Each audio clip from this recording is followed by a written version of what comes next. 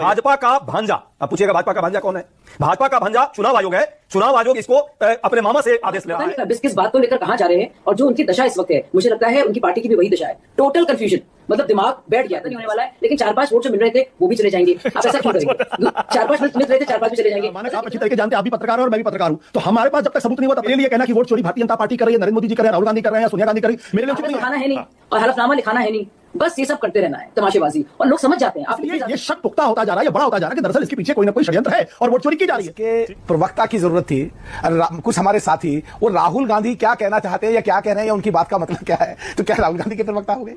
जय श्री राम दोस्तों, कैसे आप? आई होप सारे स्वस्थ होंगे और मस्त होंगे। तो आज की डिबेट काफी धमाकेदार होने जा रही है, क्योंकि आज की डिबेट कोई मामूली बहस नहीं बल्कि एक असली राजनीतिक अखाड़ा है, जहां हर तर्क पर वार और हर सवाल पर प्रहार देखने को मिलेगा। आज इस डिबेट में एक तरफ थे बीजेपी की तेज तर्रार और धारदार प्रवक्ता साजिया इल्मी और आरएलडी के मलूक नागर, तो दूसरी तरफ कांग्रेस के अभय उपाध्याय और हमेशा अपने आप को बड़ा पत्रकार मानने वाले दरबारी आशुतोष। डिबेट चल रही थी इलेक्शन कमीशन और बिहार इलेक्शन को लेकर, जिस पर बीजेपी की प्रवक्ता साजिया इल्मी और मलूक नागर ने कांग्रेस प्रवक्ता और दरबारी आशुतोष की मिलकर ऐसी क्लास ली कि पूरा पैनल हिल गया। डिबेट में आशुतोष सोचने पर मजबूर हो गया कि जिस भी डिबेट में जाता हूं कोई भी आता है और मुझे मंदिर के घंटे की तरह बजाकर चला जाता है। वहीं मलूक नागर ने तो अंत में दरबारी आशुतोष पर ऐसी टिप्पणी कर दी कि एंकर मानक गुप्ता को भी मजबूरन बचाव करना पड़ा। तो आज साजिया इल्मी और मलूक नागर ने साबित कर दिया कि जब बात तर्क और तथ्य की हो तो विपक्ष के सारे दांव पेच धरे के धरे रह जाते हैं। तो अगली डिबेट तक के लिए याद रखिए, राजनीति में शब्द ही हथियार है और सही वार ही जीत दिलाता है। चालू करो बे। भाजपा का भांजा, अब पूछिएगा भाजपा का भांजा कौन है? भाजपा का भांजा चुनाव आयोग है।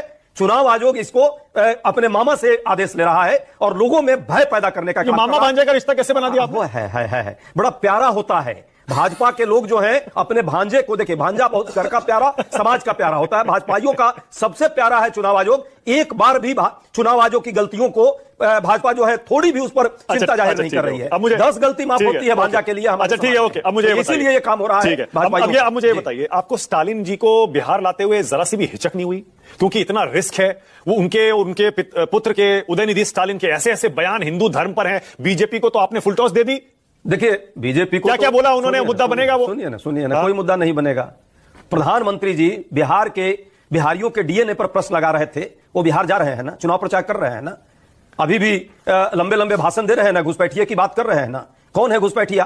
बिहार के क्या 65 लाख लोग घुसपैठिया हैं, जिनको जाकर बिहार के धरती पर जाके, बुद्ध की धरती है, इसीलिए लोग वहां शांति में। स्टालिन बिहार में क्या कर पाएंगे? नहीं, स्टालिन एक हमारे नेता हैं भाई, हमारे विरोधी दल के, विपक्षी दल का रणनीति क्या है उनको बिहार में? रणनीति यह है किस तरह से बिहार में। नहीं, स्टालिन जी को देखिए, बिहार के बड़े जागरूक लोग हैं। बिहार की जनता जो कम पढ़ी लिखी है वो भी राजनीतिक दृष्टिकोण से सबसे ज्यादा जागरूक है। ऐसे ही थोड़े वो लोकतंत्र की जननी है। और ये जो लोग दौड़ भाग कर रहे हैं, ये जो चुनाव चोरी का अभियान शुरू किया है, आखिर बिहार की जनता ने पकड़ लिया। चुनाव चोरी गुजरात तक कैसे ले गए? अब आप देखिए, पहले बोलते थे 24 में, नहीं देखिए मैं बताता हूं आपको। पहले आपने कहा ये वोट चोरी, आपने 3-4-5 चुनाव से ही ये वोट चोरी का आरोप लगाना शुरू किया। पहले आपने कहा भाई महाराष्ट्र में हुई, कर्नाटक में हुई, फिर मध्य प्रदेश में ले गए, 24 में तो था ही, फिर आप 19 में ले गए, फिर 14 में ले गए, अब कह रहे हैं गुजरात मॉडल है। ये तो 14 से पहले भी गुजरात में वोट चोरी हो रही थी। कहां से कहां ले गए आप उसे? देखिए, मैं नाम क्या लूं, रंगाबिला का तो दौड़ देखा है सबने देश में। उसी तरह 2 लोगों का दौड़ जो है गुजरात में रहा, और गुजरात में जिस तरह से ठीक है, वो भी कम कर देता हूं, उसको कम कर देता हूं। चेला गुरु चेला गुरु का संबंध कर रहा हूं। चेला गुरु पर कोई आपत्ति नहीं होगी।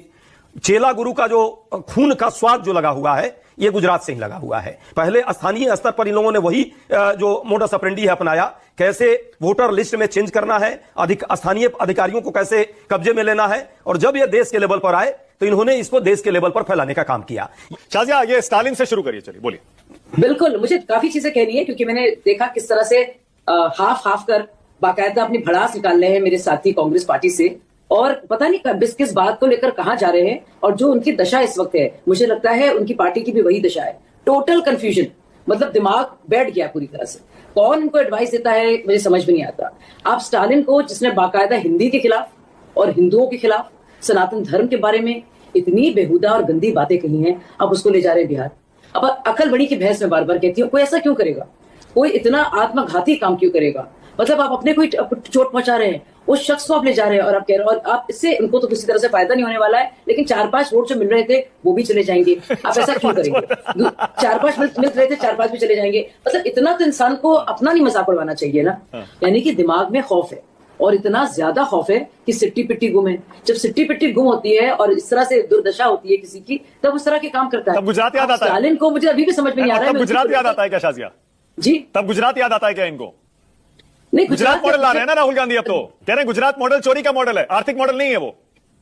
देखिए, कहने को तो इंसान कुछ भी कह सकता है। राहुल गांधी को तो बाकायदा हलफनामा लिखकर माफी मांगनी पड़ी थी चौकीदार चोरे के बयान में, आपको याद होगा। इतनी बार मुक्की खाई है। अभी भी लिख दिया कि चाइना ने 2000 स्क्वायर किलोमीटर की जमीन ले ली है, और इस पर सुप्रीम कोर्ट ने फिर फटकारा कि भाई ये इन्फॉर्मेशन कहां से आई। एक अजीबो गरीब तर्क है। तर्क और कुतर्क का अंतर नहीं रहा। कुछ भी बोल दो, बस कहीं तीर लग जाए। मारते रहो तीर, कहीं ना कहीं लग जाएगा। ये किस तरह की स्ट्रैटेजी है?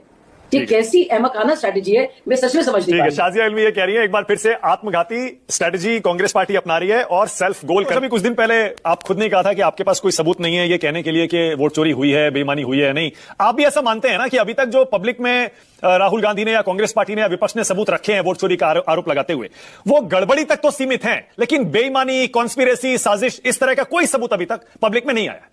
देखिए मानक, आप अच्छी तरीके जानते हैं, आप भी पत्रकार हैं और मैं भी पत्रकार हूं, तो हमारे पास जब तक सबूत नहीं हुआ तब तक हम तो कोई आरोप लगा सकते हैं ना उसके बारे में कोई टिप्पणी कर सकते हैं। इसलिए मेरे लिए कहना कि वोट चोरी भारतीय जनता पार्टी कर रही है, नरेंद्र मोदी जी कर रहे हैं, राहुल गांधी कर रहे हैं या सोनिया गांधी कर रही है, मेरे लिए उचित नहीं होगा। लेकिन ये लग्जरी शाजिया के पास है, ये लग्जरी अजय उपाध्याय के पास है, जो राजनीतिक पार्टी के प्रवक्ता पॉलिटिकल बैटल फील्ड में इस तरीके का आरोप लगा सकते हो।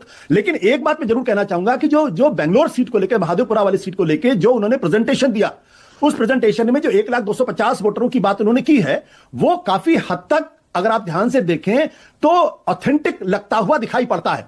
उसकी जांच अगर हो जाए तो यह साफ हो जाएगा कि कोई षड्यंत्र उसके पीछे था, या लोकल लेवल पे कोई गड़बड़ी थी, या राहुल गांधी जो आरोप लगा रहे हैं पूरी तरीके से निराधार और बेबुनियाद है। क्योंकि उसकी जांच नहीं हो रही है, इसलिए यह शक पुख्ता होता जा रहा है या बड़ा होता जा रहा है कि दरअसल इसके पीछे कोई ना कोई षड्यंत्र है और वोट चोरी की जा रही है। ठीक है, मलूक नागर मुस्कुरा रहे थे अभी आशुतोष की बातों पर, पता नहीं क्यों। मलूक भाई, क्यों आशुतोष की बात पे हंस रहे थे आप? गुजरात मॉडल तक चली गई है वोट चोरी के आरोप, इस पर भी बोलिएगा। बोलिए। देखिए, मैं तो एक बात कह रहा हूं कि अभी तो कांग्रेस के प्रवक्ता की जरूरत थी, कुछ हमारे साथी, और राहुल गांधी क्या कहना चाहते हैं या क्या कह रहे हैं या उनकी बात का मतलब क्या है, तो क्या राहुल गांधी के प्रवक्ता हो गए? दूसरा, अगर वो 2002 से कह रहे वोट चोरी हो रही है, एनालिस्ट है, वो एनालाइज कर रहे हैं, कमाल है। अच्छा, 2002 से अगर कहते हैं कि वोट चोरी हो रही है, तो क्या राहुल गांधी जी के द्वारा एडमिट फैक्ट है कि 2004 से 2014 तक जो यूपीए की राहुल गांधी जी की सरकार थी वो वोट चोरी की सरकार थी?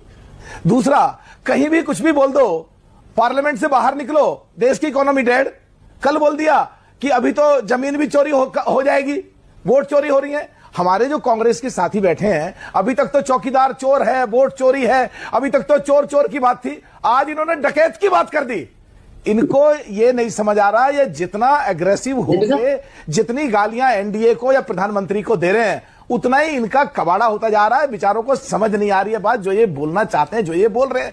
अरे सीधी सीधी बात बताओ, 17वीं लोकसभा के 7 सत्र नहीं चलने दिए, 18वीं लोकसभा के 4 सत्र नहीं चलने दिए, गरीब मजदूर किसान, उनके जब मुद्दे होते हुए तुम चलने नहीं देते, संसद का क्या अर्थ है? पाकिस्तान हिंदुस्तान की लड़ाई होती है, ऐसे प्रश्न पूछते हो जो पाकिस्तान के फेवर में जाए, पाकिस्तान में ब्रेकिंग न्यूज बने, पाकिस्तान में हेडलाइन बने, वो हमारे देश के खिलाफ जाए, हमारे देश के लोगों के खिलाफ जाए। अभी इन्हें यही नहीं पता कि क्या बोल रहे हैं, आकलन में कहीं ना कहीं गलती है। जो अच्छा, गुजरात मॉडल पर आपकी राय क्या है? क्या है गुजरात मॉडल? अनु भाई, ये 11 है गुजरात मॉडल, आप ही बताइए।